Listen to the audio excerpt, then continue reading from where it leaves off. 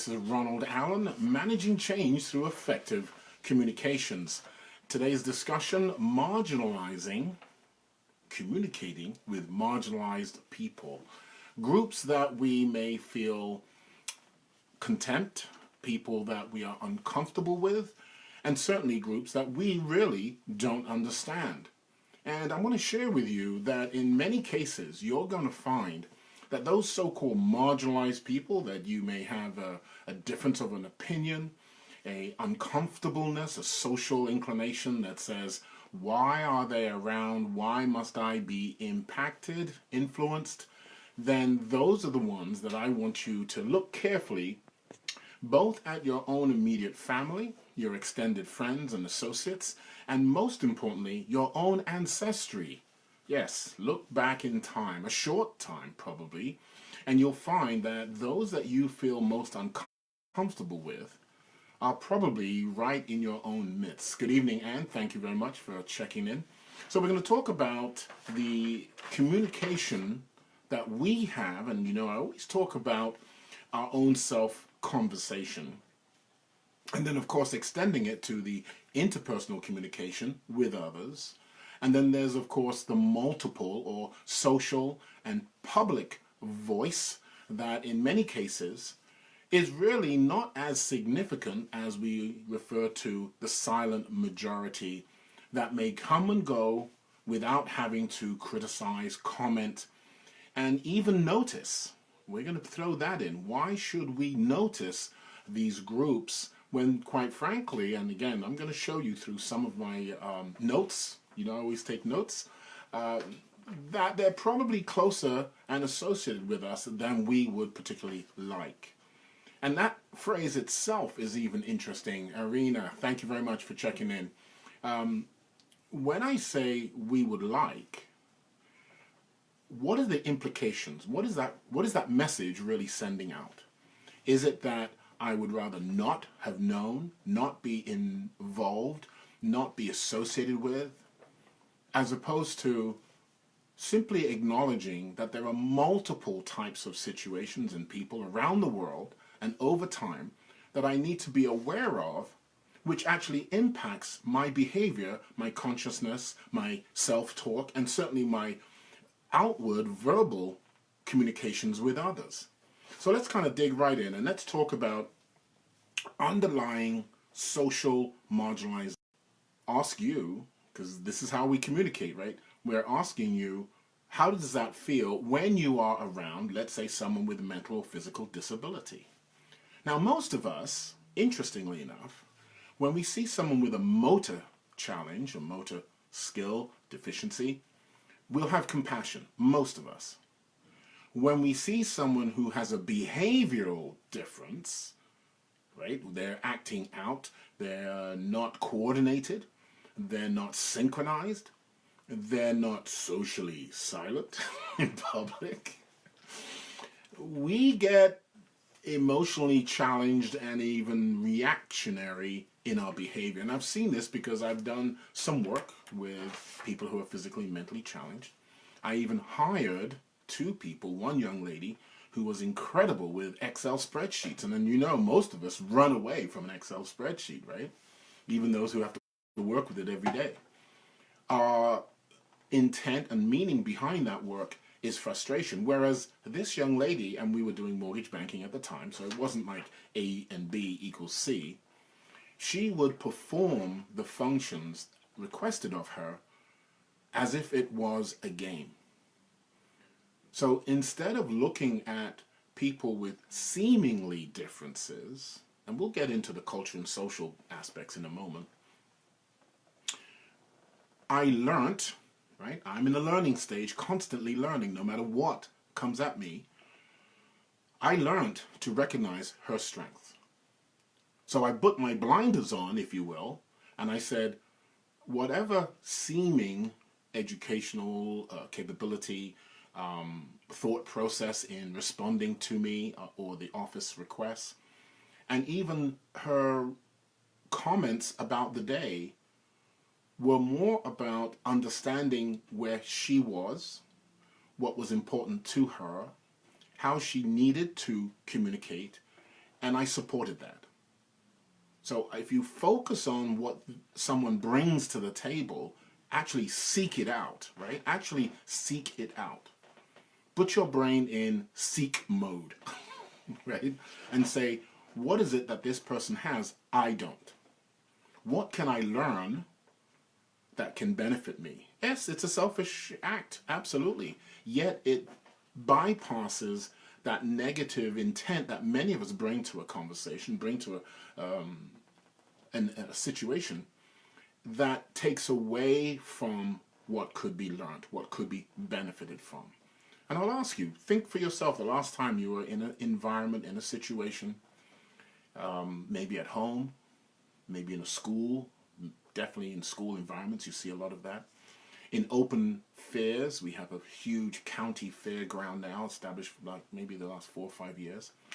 And you'll see different populations of people, different interests, different skill sets, mobility. And each one I look to see that fortitude that they bring to life. That's the only way I can express it. It really is to life. It's not to the moment. It's not to the event. It's that they are, that is their need to be more human, to be more, you can use the word compassionate. You could also use the word intelligent. So you're unfamiliar with a situation, you're unfamiliar with a game, you're unfamiliar with a subject, a topic, right? Don't you engage and try to learn it? If you go to the county or state colleges and you're learning a subject for the first time, motor skills, cooking, needlepoint, astrophysics, right? App building, coding, don't you engage your mind in how do I learn? How do I absorb this information? Can we use that same approach then in the marketplace, one-on-one, in the work environment? If someone doesn't seem to understand something the way that you are so depth, or should I use the old phrase, dope, do you criticize them? Is that your level of intelligence? Is that your way actually of showing that you're actually insecure? So when we talk about marginalizing people, it's the communication we bring to the table. I did a montage and I put it up on LinkedIn. It's referred to as Let's Elevate the Species. And this was a series of comments I heard from thought leaders around the world about how we would become an interplanetary species. Whether you like it or not, that's not the real point, whether we're going to travel out there. We probably will. I mean, that's an innate behavior that we as humans have. We want to reach out, voyage out, and conquer, own, possess, plant flags in uncharted territories. Note, uncharted by humans, although they've been there and I'm sure other species of life exist. And I said, let's elevate the species. I'm just looking at it now on my LinkedIn profile under my activities. Hint, hint, you can go there. And I see, for example, I used an image of Helen Keller, who was mentally and physically challenged, speech primarily, not so much in the motor skills, I must admit, but certainly in the speech. And through her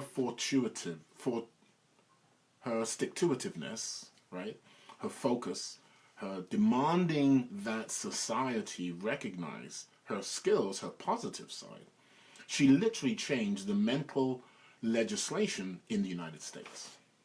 So here's one for you. Look back at your own family. Look back at your own culture. Look back at your own nationalities. And look at the times when they were marginalized. Were they marginalized because they were migrating from one country to another and impacting the economy of another group that perhaps had settled? Perhaps was still trying to settle, yet your group of people, your nationality, was able to move in and settle that much more quickly. You see, one of the challenges we have as a people is that we don't seem to recall, remember, or seek out when our ancestors were being marginalized. There's another one on LinkedIn, and I'm going to share this one with you, which has a gentleman. We call them African American today. We'll talk about that another time. I have a whole perspective on that. And he is speaking to himself in a mirror. And he's saying that he should not hate himself. He should not take on that mantle of hate, which has been socially imposed. When his real identity, and we use the word N, which is so wonderfully excusable, and he said, no, that word, Negro, is actually king, which I did not know. Once again, I'm constantly looking for what I can learn, what can I acquire, how can I shore myself up by understanding without criticism, without necessarily making a judgment, in fact, in some cases, without making a statement. Learning, reflect, take in, and then reflect. You have to take in first, then you have to reflect. And he said that he needs to love himself. And then he went through this mantra of expressing the love that he wanted to himself in the mirror. And then he posted this on LinkedIn. And many people were saying, wow, that's fantastic, that's this, that, and the other. And I kind of scoffed at that. I'll tell you why. Nobody took the time to look up their own ancestry, look up their own times when they were marginalized, when they were shunted to the back, when there was prima noce in Europe. You see, knowledge is only good if you can share it with people in an engaging manner, right? You got to engage people. You can't just throw the stuff at someone and make them feel less capable. You can't embrace people if you're going to use knowledge as a baton, as a measure of what you know compared to what they know. I believe true knowledge, and this is again from my own studies of reading, and I've got some books here, by the way. I've got a couple of books here I want to share with you, that knowledge is only beneficial when it is thought of as inclusive. When I can ask you, what do you think of this? Is this something that is meaningful to you? And if it is, why? And if it's not, why not? Now, not everything is going to be important, absolutely, and I agree with that completely. You don't have enough time in your life to know everything. You do have enough time to seek. So let me then continue.